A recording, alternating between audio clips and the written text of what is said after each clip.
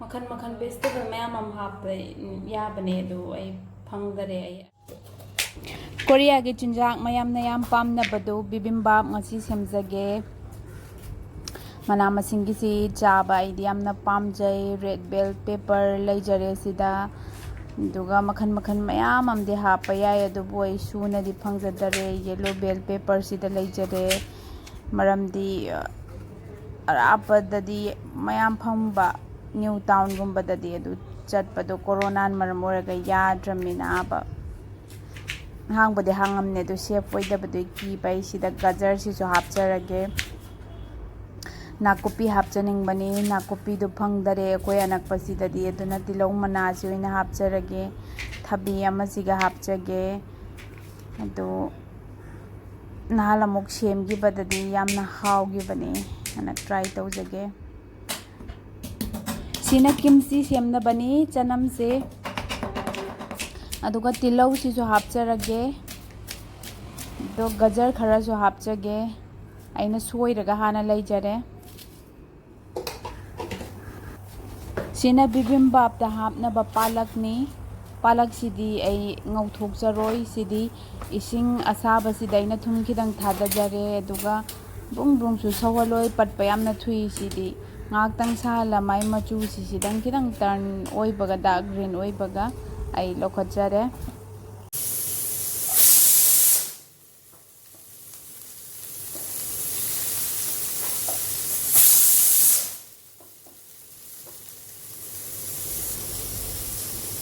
black pepper se hapsin jarage aduga thum khara amo hapsin jarage ngau basing se loina sumaina khar loi hapsage olive oil dane ngaujari basi sidana gajar amok lai jare gajar si sunga hang ngobirani do sidana ngapai tilau mana du lai jare tilau mana si thate tapra tau ngobirani sidana thabi du lai jare thabi si sina yen aina ka marinate tawaga thamje gi birani yema ngojage sidana yerum chicken soup leijare video de hapchatre mamang da hapkhibagi side na loyra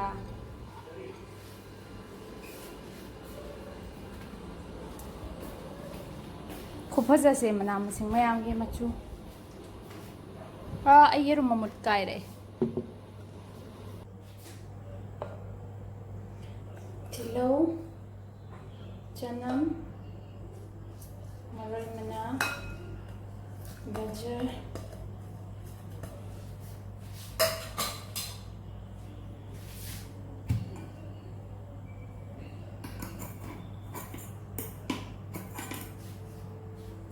chini khidang hapsage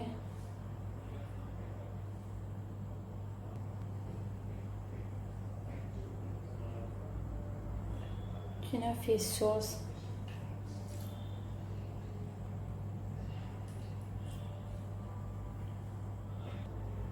moro sesame seed leijare aduga si tor khaina rani thabi si aina ngasai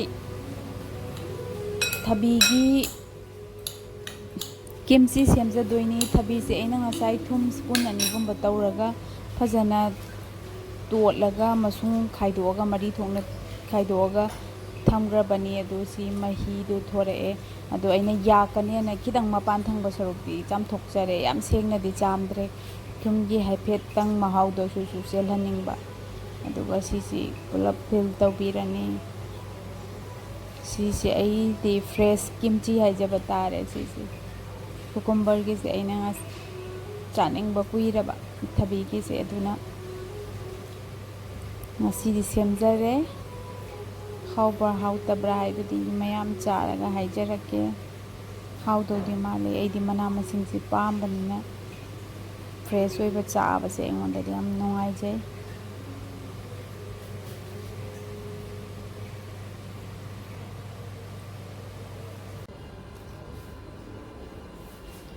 kimchi fresh cucumber kimchi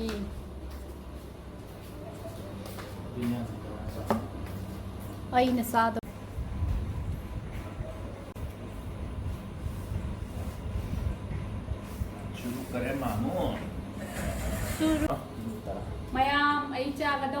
si leijare. Sina kimchi fresh cucumber kimchi. Chicken soup. Aduna sina chicken soup. Okay.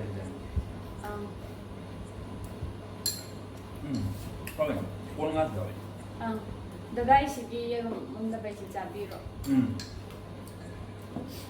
Aduga sidana vegetable mayam.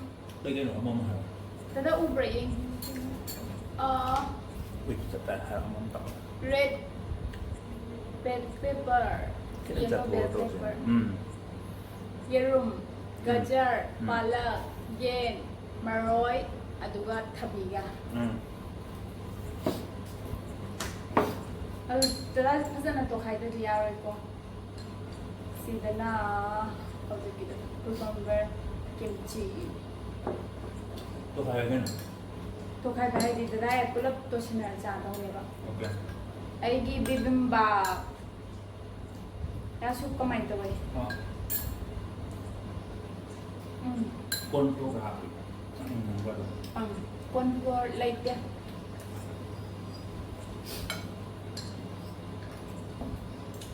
Con pro dọc ra cái này dơ mà cái đó. Yerum happy sidi. Ang hong dai yerum. Wait, con pro hả? Dơ mà. Okay.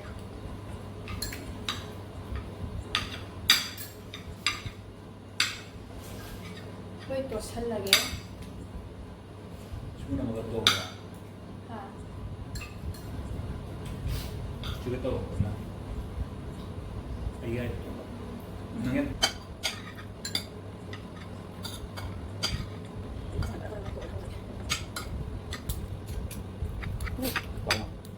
Sidana yellow bell pepper. Yellow bell pepper kau je. Bell pepper. Capsicum bro. Capsicum kau dia yellow. Capsicum dua. Is kan kau kau dah. Capsicum dua. Dada mami kau dia capsicum green do. Kau kan capsicum kau eh. Semua sama mu, siang ya. Siang sudah. Vegetable macamnya. Siang besar, loe. Sarani bisa. Siang dia vegetable macamnya. Dah sih kimchi sih desain coba. Tentu.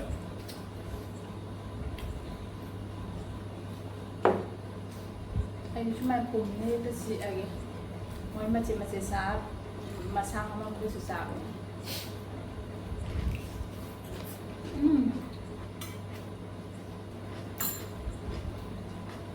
Thôi. Cái kiểu hal. Mau salah. Gajar hal ya. Kilau hal ya. Dua. Ada. Kilau mana? Ada lagi. Sesame seed. Aduh, I don't know saya apa tu. Fish sauce apa? Sini kita apa? Moro macam apa ni aduh. Aku di asabi ni na quantity tu dia yang dihapre tu moro salah ni lah. Yang ni berapa tidak? Ini habis apa mana? Apa ni? Jukun ni kalau dia hau tu kan. Lockdown sudah diupai aja.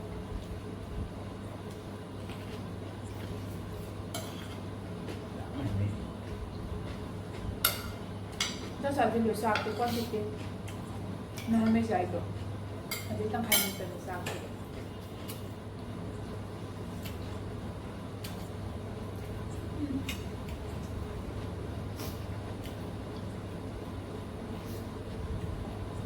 Mayam yunda. Kamu mana mesin tu siapa sahaja. Healthy soalnya. Dua. Tahu soalnya. Mana macam apa ni kan? Fresh dia tu banyak.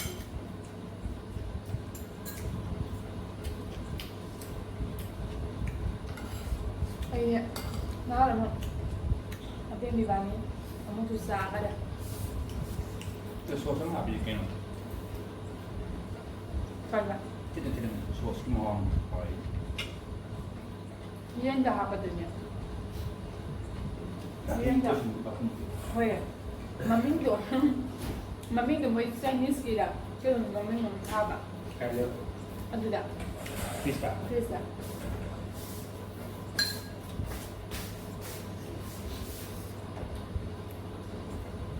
리 콩기시라 ꯑꯩꯅ marinate ꯇꯧꯕꯗ ꯍꯥꯞꯄ ꯉꯁꯥꯏ ꯃꯌꯥꯝꯗꯕꯨꯗꯤ ꯑꯩ 시즌 리 콩기사 ꯃꯌꯥꯝꯗꯕꯨꯗꯤ ꯑꯩꯅ 블랙 소스 블랙 sauce ꯅꯠꯇꯕ ꯑꯃꯗꯨꯅꯦ ꯑꯩꯅ ꯎꯠꯈ꯭ꯔꯕꯅꯦ ꯉꯁꯥꯏ ꯃꯌꯥꯝꯗ 쌀이 ꯍꯥꯎꯕꯅꯦ 호싱 소스야 좋은 거지요ꯉꯁꯥꯏ ꯃꯦꯔꯤꯅꯦꯠ ꯇꯧꯕꯗ ꯌꯥꯝ ꯀꯨꯏꯅ ꯆꯪꯉꯦꯅ ꯁꯤ ꯆꯥ ꯈꯔ ꯆꯥꯁꯤꯟꯈꯔꯦ ꯑꯩ ꯈꯨꯌꯥꯝꯗꯣ ꯃꯌꯥꯝ ꯑꯃ ꯍꯥꯞꯆꯤꯜꯂꯒ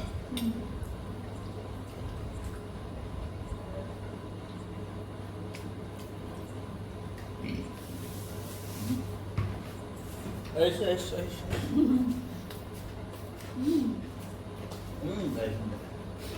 김 흘러도 피자 정말 써 괜찮아 ꯃꯅꯤꯡꯗꯤ ꯆꯥꯔꯣꯏ ꯃꯅꯤꯡꯗꯤ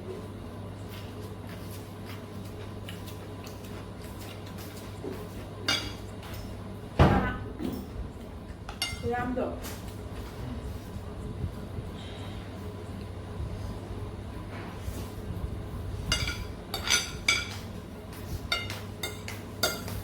ꯌꯥꯝ 들어 다이렉트 푼 아무도 좀 들어봐요 스쿨은 비와라 야 신나까지 타느라고 마사라 마야 ꯃꯌꯥꯝ ꯑꯩ ꯚꯤꯗꯤꯑꯣ ꯂꯣꯏꯕ ꯉꯝꯕꯤꯕꯒꯤꯗꯃꯛꯇ ꯃꯌꯥꯝꯕꯨ ꯊꯥꯒꯠꯆꯔꯤ 가만히 들어봐 하여 그래도 ꯑꯩ ꯊꯟꯕꯅ ꯌꯥꯗꯔꯦ ꯃꯌꯥꯝ ꯆꯥꯁꯤꯟꯈꯤꯕꯩ ꯃꯌꯥꯝ ꯉꯁꯤꯒꯤꯗꯤ ꯀꯥꯏꯅꯔꯁꯤ ꯃꯊꯪꯒꯤ ꯚꯤꯗꯤꯑꯣꯗ ꯍꯧꯖꯤꯛ ꯄꯨꯡ 11 ꯑꯩ ꯉꯁꯥꯏ ꯁꯦꯝꯕꯁꯤ ꯑꯩ ꯄꯨꯡꯗꯤ ꯌꯦꯡꯍꯧꯗꯔꯦ ꯑꯗꯨꯁꯨ 할라빠도 너무 막 카이 ꯇꯥꯏ ꯇꯩꯅ ꯁꯣꯏꯕ ꯁꯦꯝꯕ ꯁꯥꯕ ꯆꯥꯝꯕ ꯌꯦꯟ ꯑꯗꯨꯗꯅꯤ ꯀꯨꯏꯅ ꯆꯪꯉꯤ ꯃꯌꯥꯝ ꯀꯥꯏꯅꯔꯁꯤ ꯅꯥꯗ ꯌꯦꯛꯇꯅ ꯅꯨꯡꯉꯥꯏꯅ ꯂꯩꯕꯤꯌꯣ ꯕꯥꯏ